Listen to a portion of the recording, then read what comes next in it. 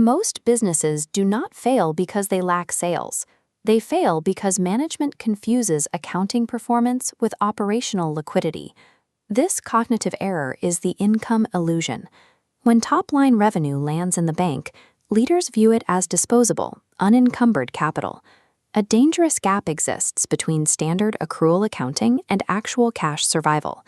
Accrual accounting records a sale when an invoice is sent, but employees, suppliers, and tax authorities do not accept invoices as payment. They require liquid cash. This dual-pane timeline shows the danger. On top, booked revenue and accounting profit trend cleanly upward, but below, the liquid bank balance is volatile and depleting. It violently drops as 60-day receivables, pre-purchased inventory, and tax liabilities drain the account long before revenue arrives. Accounting profit is a vanity metric. A company's survival is dictated strictly by the liquid cash it can protect and deploy.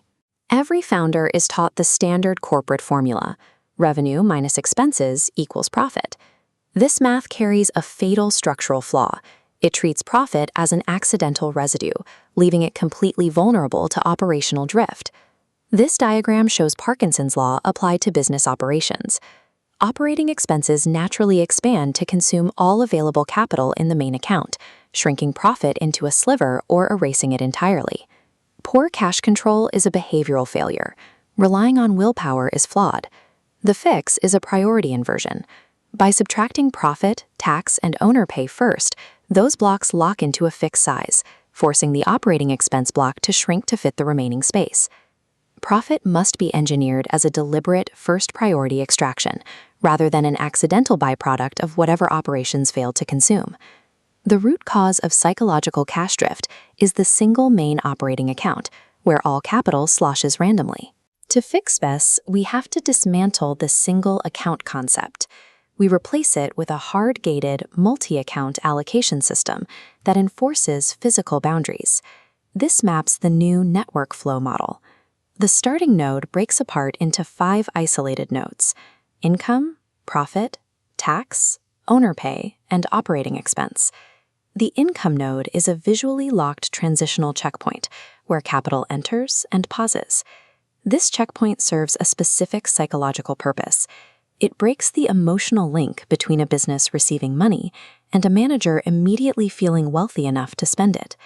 The paused capital will eventually be divided according to strict target percentages. These are predetermined rules governing exactly what share of the inflow belongs to each category. Account separation forms the foundational architecture of the firm. It neutralizes human bias by forcing capital to be assigned a specific purpose before it can be accessed. The initial release of capital from the income checkpoint is governed entirely by those predetermined target percentages. When the gates open, precise blocks of capital lock into the profit, tax, and owner pay nodes. Heavy friction barriers secure this untouchable core. Only then does the operating expense node receive the residual capital left over. Operating expenses can no longer draw confidence from gross revenue. The company must survive within that bounded pool. This introduces the rule barrier. Operating expense is forbidden from reaching into profit or tax to cover its shortfalls. The immediate objection is, what if the residual OPEX account cannot cover payroll? If that happens, the system is exposing a flawed business model, like poor pricing or bloated overhead. It is not a failure of the cash system itself. A starved OPEX account is a critical diagnostic alarm demanding immediate operational correction. Managers routinely approve spending based on the temporary visibility of cash on any random Tuesday. This daily, ad hoc financial decision-making destroys liquidity. To stop this, a company needs an allocation rhythm. This dictates that capital is only batch processed and moved on specific recurring dates, like the 10th and 25th. This shows the chronological casing. As days pass, incoming capital pools harmlessly in the income node. When the slider hits day 10, allocations fire into the designated accounts. This scheduled batch processing removes the temptation of the income illusion, operating on a rigid mechanical pulse. Alongside rhythm, the system requires procedural friction. This is intentional difficulty engineered into the banking setup to prevent executives from breaking their own rules. Profit and tax accounts specifically require hard physical or procedural barriers. This might mean requiring a secondary signature for transfers, or holding those funds at a completely different bank to eliminate visual temptation. These barriers protect against the hero founder syndrome. This occurs when leadership uses artificial emergencies as excuses to bypass rules and panic rate the reserves. Chronological rhythm and physical friction ensure that financial discipline operates as an unyielding physical law of the company, rather than relying on the fluctuating mood of the leadership team. We can test the zero-drift system by observing how it behaves when a stress event occurs, such as a major client delaying a massive payment. The shock hits, inflow drops to a trickle. When the allocation rhythm fires, allocations scale down proportionally across all nodes.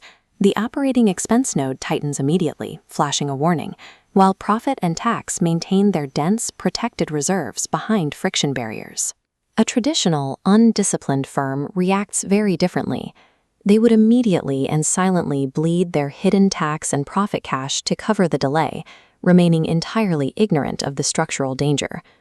Because the zero-drift system limits the damage to the operating expense account, that flashing warning forces immediate, sober cost-cutting conversations instead of quiet reserve draining.